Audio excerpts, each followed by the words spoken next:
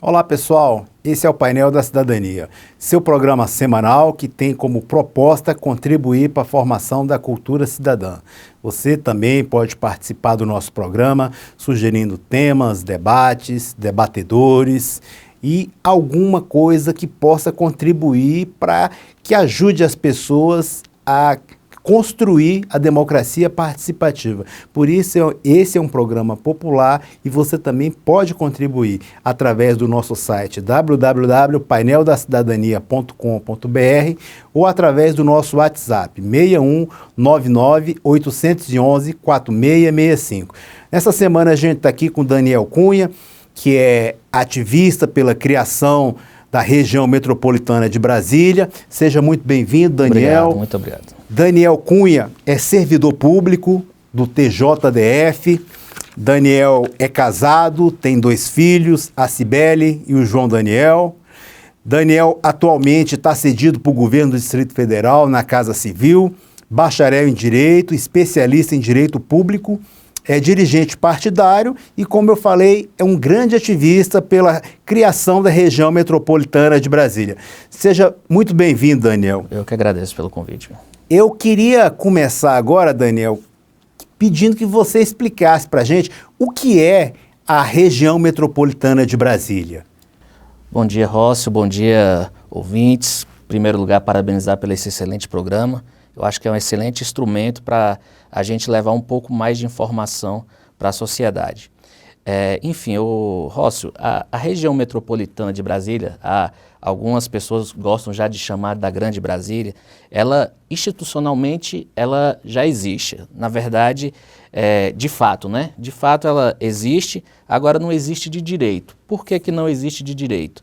Porque meados de 2014, finzinho de 2014, mais especificamente em 2015, foi sancionado o Estatuto da Metrópolis. Esse Estatuto da Metrópolis ele veio a regulamentar a criação de regiões metropolitanas no país. E, um ponto de vista meu equivocado do Poder Executivo à época, veio a vetar um dos artigos desse Estatuto, do qual tinha a previsão da criação de regiões metropolitanas do Distrito Federal com os municípios limítrofes a ele. E quando eu falo do equívoco, eu parto do pressuposto e usando analogias que ao DF é dado todos os poderes administrativos e legislativos dos municípios e dos estados. E especificamente numa das razões do veto, do qual foi posto à época, foi a questão de que o Estatuto previa regiões metropolitanas entre municípios e então não caberia ao DF naquele momento se enquadrar enquanto município. Mas, pois bem, se o DF é dado a ele as mesmas competências administrativas e legislativas dos municípios e dos estados, então, por analogia, o DF também estaria inserido dentro dessa concepção de municípios.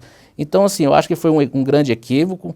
E um segundo equívoco no mesmo veto desse artigo foi de dizer que já existe a RID, então contemplaria essa questão do DF ser fomentado pela União, por outros instrumentos do Estado, sendo contemplado com relação especificamente à RID. Então, questões que são fundamentais, importantes para o bom funcionamento, desenvolvimento econômico dessa região, mas cada um com a sua especificidade. A RID tem o seu papel, e é importante que tenha esse papel, mas a criação de regiões metropolitanas, no caso especificamente do Distrito Federal, como eu disse inicialmente, que existe de fato, hoje impedida de existir de direito, mas é uma situação que a gente pretende fazer um processo de convencimento nos parlamentares, nos membros dos executivos respectivos que estão envolvidos nesse processo, para que a gente possa também de direito criar a Grande Brasília. E em relação a isso, houve veto e o que a gente explica? Quais as razões desses vetos assim? Tem uma sustentabilidade, eles estão calcados em bases sólidas ou somente foi veto por desconhecimento dos parlamentares à época que fez com que acontecesse dessa forma, Daniel? Tem alguma razão específica para esses vetos? Eu espero que talvez tenha sido a não compreensão da necessidade. Como eu disse, o projeto chegou a ser aprovado no Congresso, os parlamentares, dentro do texto da lei, colocar o instrumento legal que pudesse criar essa região metropolitana da Grande Brasília, que seria o Distrito Federal, e mais alguns municípios limítrofes ligados socialmente e econômicos com o Distrito Federal. Eu prefiro entender que foi uma falta de compreensão da necessidade da criação dessa Grande Brasília. Eu entendo. Então, dá para a gente compreender que foi um equívoco mesmo. E como seria a criação dessa região metropolitana? Quais benefícios diretos ela poderia trazer para a população? Esse nosso programa, Daniel, é um programa de caráter participativo, onde as pessoas podem interagir, solicitar temas. Eu tenho certeza que as pessoas vão lhe procurar, vão querer saber um pouco mais. E como a gente poderia ver como seria a criação dessa região metropolitana e quais os benefícios diretos para a população ela poderia trazer de imediato? Eu acho que o importante agora é a gente tentar fazer a separação da RID e da região metropolitana. Antes de entrar especificamente na sua pergunta, eu queria falar um pouco sobre a RID. A RID ela tem uma especificidade, o objetivo primordial das regiões integradas de desenvolvimento econômico é para desenvolver economicamente e trazer harmonia na economia entre os municípios que estão limítrofes, que estão próximos. Por isso sou favorável à ampliação. Hoje a RID ela é composta por 23 municípios, sendo 21 goianos, 2 mineiros, e existe um projeto em tramitação no Congresso Nacional para ampliar isso a 36 municípios. Eu sou totalmente favorável à ampliação, ao fortalecimento da RID especificamente.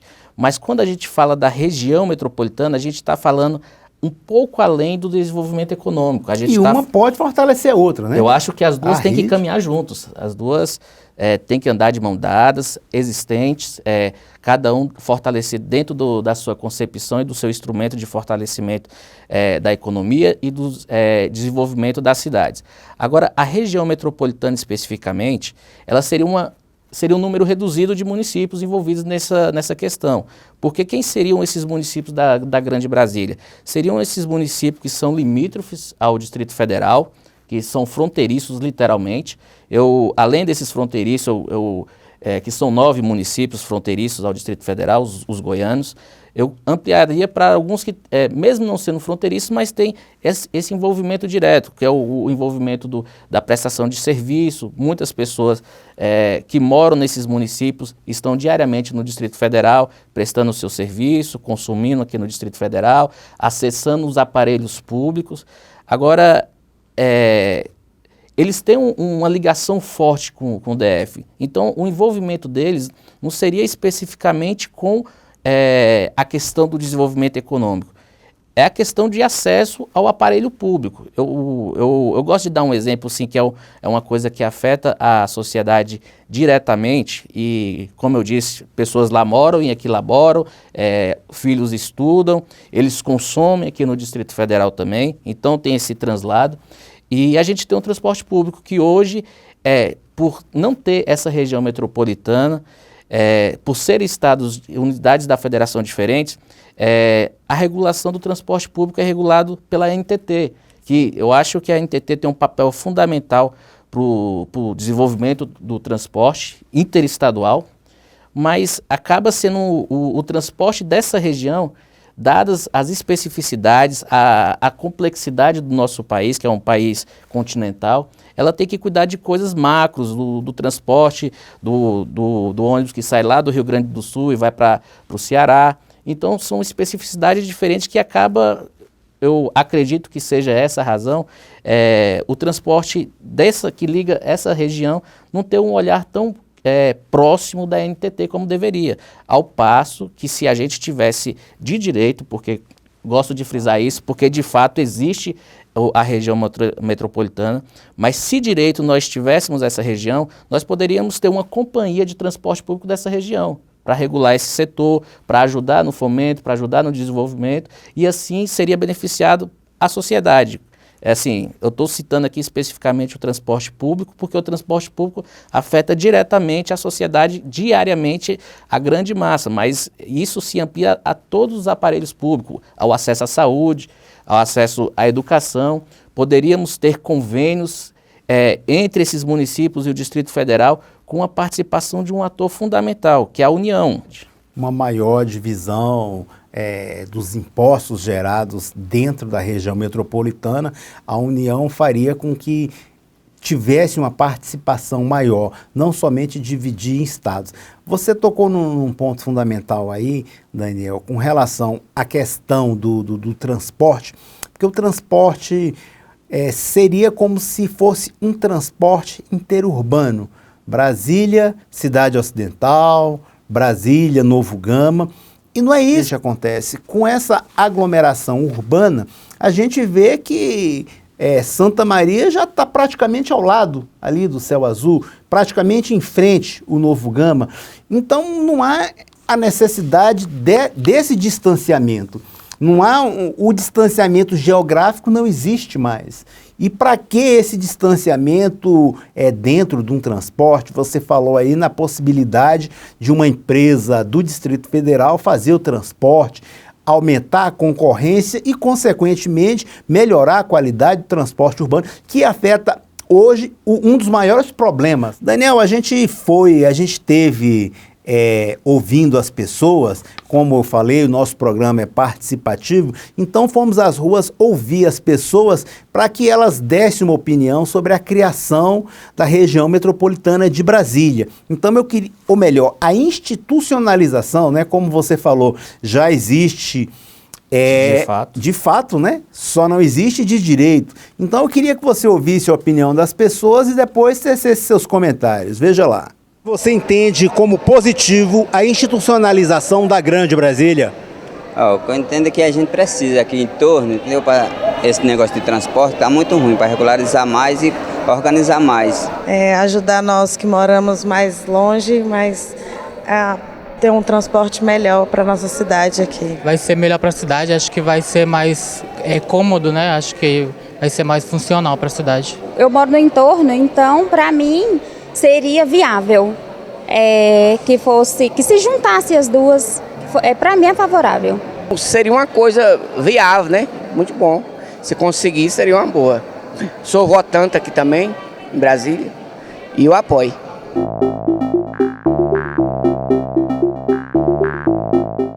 Bem, Daniel, você percebeu aí que a maioria das pessoas se manifestaram em relação ao transporte, né, que pode ser melhorado com a institucionalização da Grande Brasília. Eu queria que você falasse um pouquinho sobre o que as pessoas estão pensando, se elas têm razão, se essa institucionalização pode melhorar. Por favor, Daniel. A clara inserção dessas pessoas dessa região do entorno. Aí quando eu falo o entorno, e já falando nesses municípios que envolveriam essa Grande Brasília, voltando um pouquinho atrás, quando você me falou da proximidade do município do Valparaíso com Santa Maria, a título de exemplo, que não em alguns setores não é dividido nem por uma avenida, é dividido por uma rua. Isso. Existe uma divisão só de um lado da rua Distrito Federal, é Santa Maria, do outro lado da rua é o município de Valparaíso. Mas, enfim, existe uma barreira de acesso aos serviços públicos por conta da ausência da institucionalização dessa região metropolitana. O exemplo claro é o transporte público, mas a gente pode citar N situações, o acesso à saúde, por exemplo. A pessoa, às vezes, não pode ter o mesmo acesso aqui no Distrito Federal por conta de endereço. Enfim, eu acho que se houvesse a institucionalização dessa região, poderia haver uma harmonia entre o Distrito Federal e esses municípios para, em conjunto, trabalharem a solução desses problemas de acesso aos aparelhos públicos. Não só o transporte público, a gente está focando aqui no transporte público porque é uma coisa que diariamente tem influência na sociedade, mas a saúde também poderia ser solucionada por essa questão, a questão da educação, a questão da segurança pública. Uma viatura do Distrito Federal não pode sair em perseguição, por exemplo, a atravessar a região fronteiriça. Então, assim, eu acho que as polícias poderiam trabalhar em conjunto pela questão da segurança pública. Enfim, eu acho que só temos a ganhar com a institucionalização dessa região metropolitana. Bem, Daniel, a gente vinha falando assim, a gente falando da rede, né? Você falou que gostaria que a rede fosse ampliada com o número de municípios. E me diga uma coisa, ela pode ser ampliada, como você falou, e quais as vantagens dela ser ampliada? Hoje, um dos maiores problemas do Brasil é o desemprego. Com essa ampliação da rede, isso pode trazer algum benefício direto para os municípios, principalmente se falando no emprego, melhorar as condições financeiras dos municípios. Essa ampliação pode fazer com que isso aconteça? Claro, Rossi, eu acho que o papel da rede, aí dentro daquele paralelismo que a gente falou, a região metropolitana tem sua importância, mas não exclui a importância da rede e nem o contrário também. Nem a rede tira a importância da região metropolitana. Agora, o que ocorre? Com a ampliação da rede, a diversidade de vocações de cada um desses municípios, você pode sair nos municípios e você vai ver vocações totalmente diferenciadas. Você tem municípios que têm uma vocação para o turismo, outros municípios têm vocação para o agronegócio, outros municípios já têm um desenvolvimento industrial, capacidade de gerar insumos e fortalecer uma indústria. Então, acho que o fortalecimento da rede seria nesse sentido, a gente fazer o mapeamento das vocações e dentro dessas vocações fortalecer aquela atividade econômica que aquele município pode oferecer para a região. Então, quando eu falo assim, que é normal pessoas do entorno sair dos seus municípios, vir trabalhar em Brasília, mas também o contrário pode ser verdadeiro. Esses municípios têm capacidade de gerar postos de emprego para pessoas aqui do DF, a gente fazer o contrafluxo. Então, assim, se a gente desenvolve um polo de desenvolvimento em um município como Águas Lindas, a gente pode gerar empregos para pessoas moradoras de Ceilândia, pessoas moradoras de Braslândia, Taguatinga, enfim. Então, a gente potencializar as vocações econômicas de cada município e deixar cada município, como hoje está tentando, das suas formas e criatividade dentro de um cenário de crise que hoje existe, tentar fazer tudo ao mesmo tempo e acaba não conseguindo direcionar o que realmente poderia potencializar e gerar economia para aquele município. Então, acho que a rede, o papel fundamental dela é o fomento das vocações e das especificidades de cada um desses municípios. A gente está vendo aí, Daniel, você falando de uma forma bem coerente, de uma forma bem firme. Então, a gente vê a possibilidade disso acontecer e também a gente vê a possibilidade de se criar uma zona franca. E essa zona franca, além de baratear os produtos, fomentaria o serviço, fomentaria o emprego, fomentaria melhorar a condição dos municípios. E isso teria reflexo diretamente para a sociedade que hoje vive à míngua. O Brasil hoje passa por uma situação desconfortável, seja ela econômica e principalmente no que diz respeito ao desemprego, né? E você falou aí que poderia ser um contrafluxo, ao invés das pessoas saírem dos seus municípios para vir a trabalho de Brasília, poderia importar de Brasília uma mão de obra, poderia aproveitar, você deu exemplo claro, em Águas Lindas, aproveitar a mão de obra disponível em Ceilândia. E há a possibilidade de ser criada uma zona franca nesses municípios do entorno, com essa ampliação da rede? Existe realmente, de fato, uma possibilidade de ser criada? Nossa, eu vejo que a pessoa que está na gestão das políticas públicas, ela tem que ter algumas coisas em mente. Algumas visões, algumas visões. E assim, eu acho que a pessoa tem que ter a cabeça nas nuvens, pé no chão. A questão tributária no país hoje é um grande problema. Muito se discute lá no Congresso a questão da reforma tributária, mas existem coisas que podem ir sanando essa ausência de uma reforma de fato, né? E se a gente pegar como exemplo o desenvolvimento da região norte com a criação da Zona Franca de Manaus, você vai ver os benefícios que aquilo trouxe para aquela região. E nós estamos falando aqui, Rossi, do centro do país, de onde consegue se escoar qualquer produção e consegue trazer qualquer tipo de insumo com uma facilidade enorme, por fato da capital da República estar aqui no centro. Então você tem um número melhor de rodovias com acesso a escoamento. É lógico, podendo pensar também em outros modais de escoamento dessa produção, como as ferrovias, mas enfim, hoje existe uma gama de possibilidades de se escoar produções aqui dessa região. Então, por que não a gente começar a pensar numa zona de livre comércio aqui dentro desses municípios, dentro daquela linha que eu te falei, das vocações de cada um com a sua vocação, tendo sua potencialidade sendo planejada pela essa RID. Eu acho que a RID o papel dela nessa questão do desenvolvimento econômico. Então, eu vejo sim com bons olhos a criação de uma zona franca aqui para essa região, dentro dessa gama de possibilidades que você tem. Você tem desde de potencializar a indústria, o industrial, e aí já pensando também em novas tecnologias limpas. Você tem um campo de inovação, Brasília é um centro de inovação. Nós temos um agronegócio fortíssimo, uma pecuária forte, um setor de turismo belíssimo. Se você for conhecer algumas regiões aqui do interior de Goiás, você vai ver a beleza e o que a gente poderia potencializar isso na questão do turismo. Então, eu acho que existe sim aqui uma gama de possibilidades para a gente desenvolver esse setor, e eu acho que um livre comércio entre eles.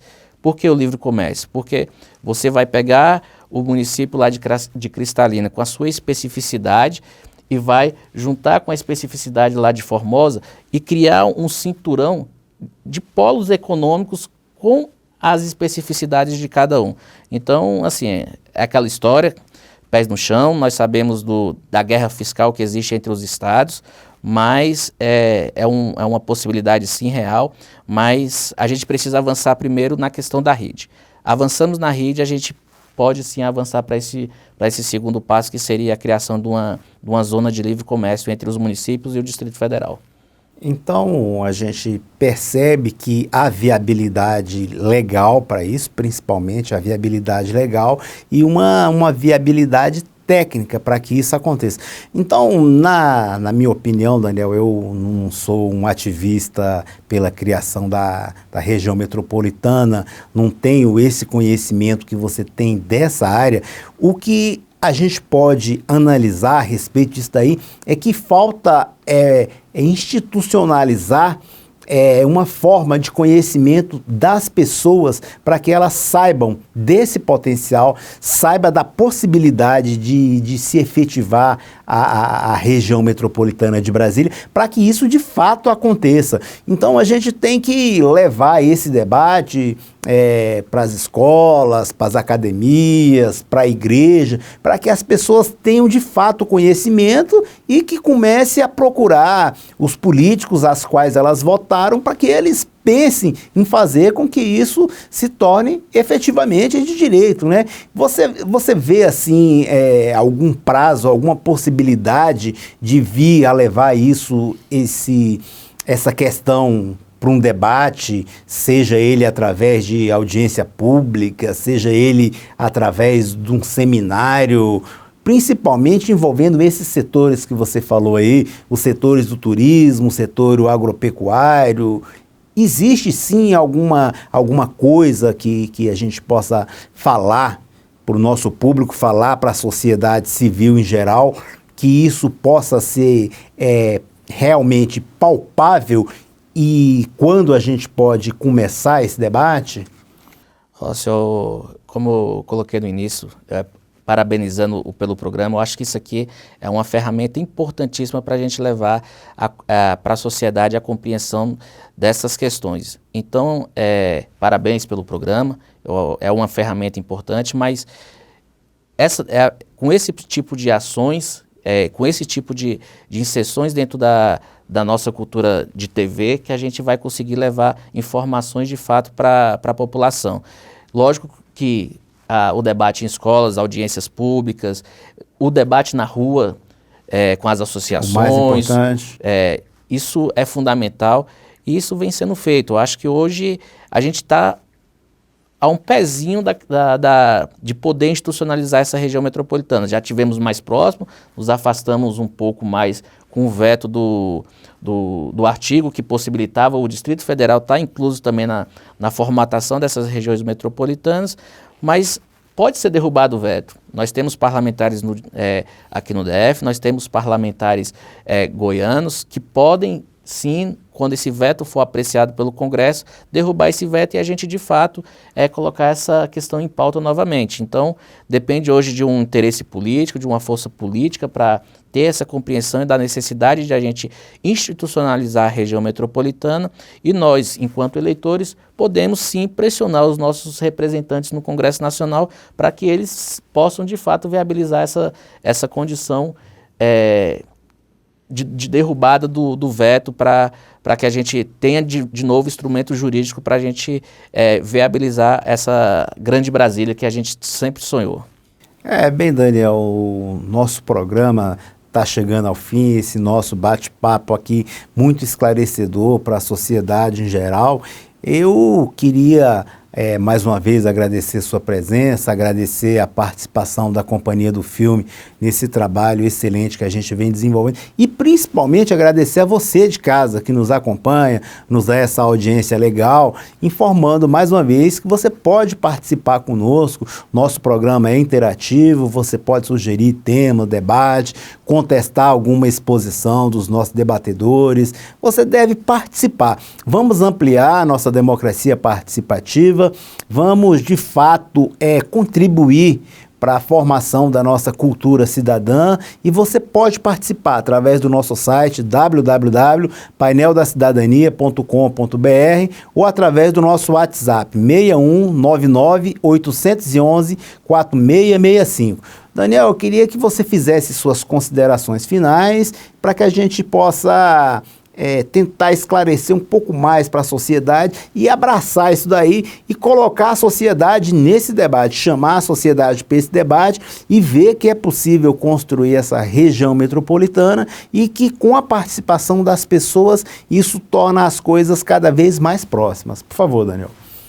Rócio, se a gente pegar aqui um helicóptero e sair sobrevoando essa região, a gente vai ver que essas divisões são imaginárias, né? Sem dúvida. São divisões que se criaram e na maioria de algumas divisões, a gente sabe das desigualdades que o país tem, essas divisões elas foram para delimitar acesso de algumas pessoas a alguns setores do serviço público. Então, eu acho que um esforço mútuo dos nossos representantes, um esforço mútuo também nosso enquanto sociedade, de tentar quebrar esses paradigmas de divisões, de barreiras entre pessoas que estão em busca de um bem comum e pessoas que contribuem para o desenvolvimento desse país como um todo. Então, eu acho que essas linhas são imaginárias.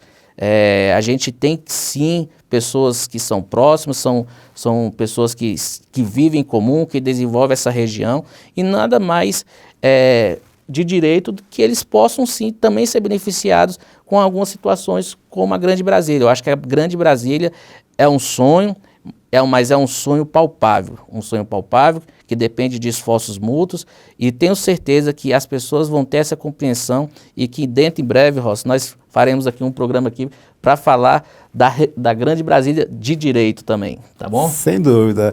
Agradeço, Daniel, mais uma vez e nós nos colocamos à disposição de vocês para que possam contribuir para esse debate e outros debates também, agradecendo mais uma vez a todos e esperando a participação de vocês. Vocês já nos dão essa audiência maravilhosa, participe do nosso programa, interaja conosco através do nosso site, através do nosso WhatsApp. Agradeço a todos vocês e até a próxima semana.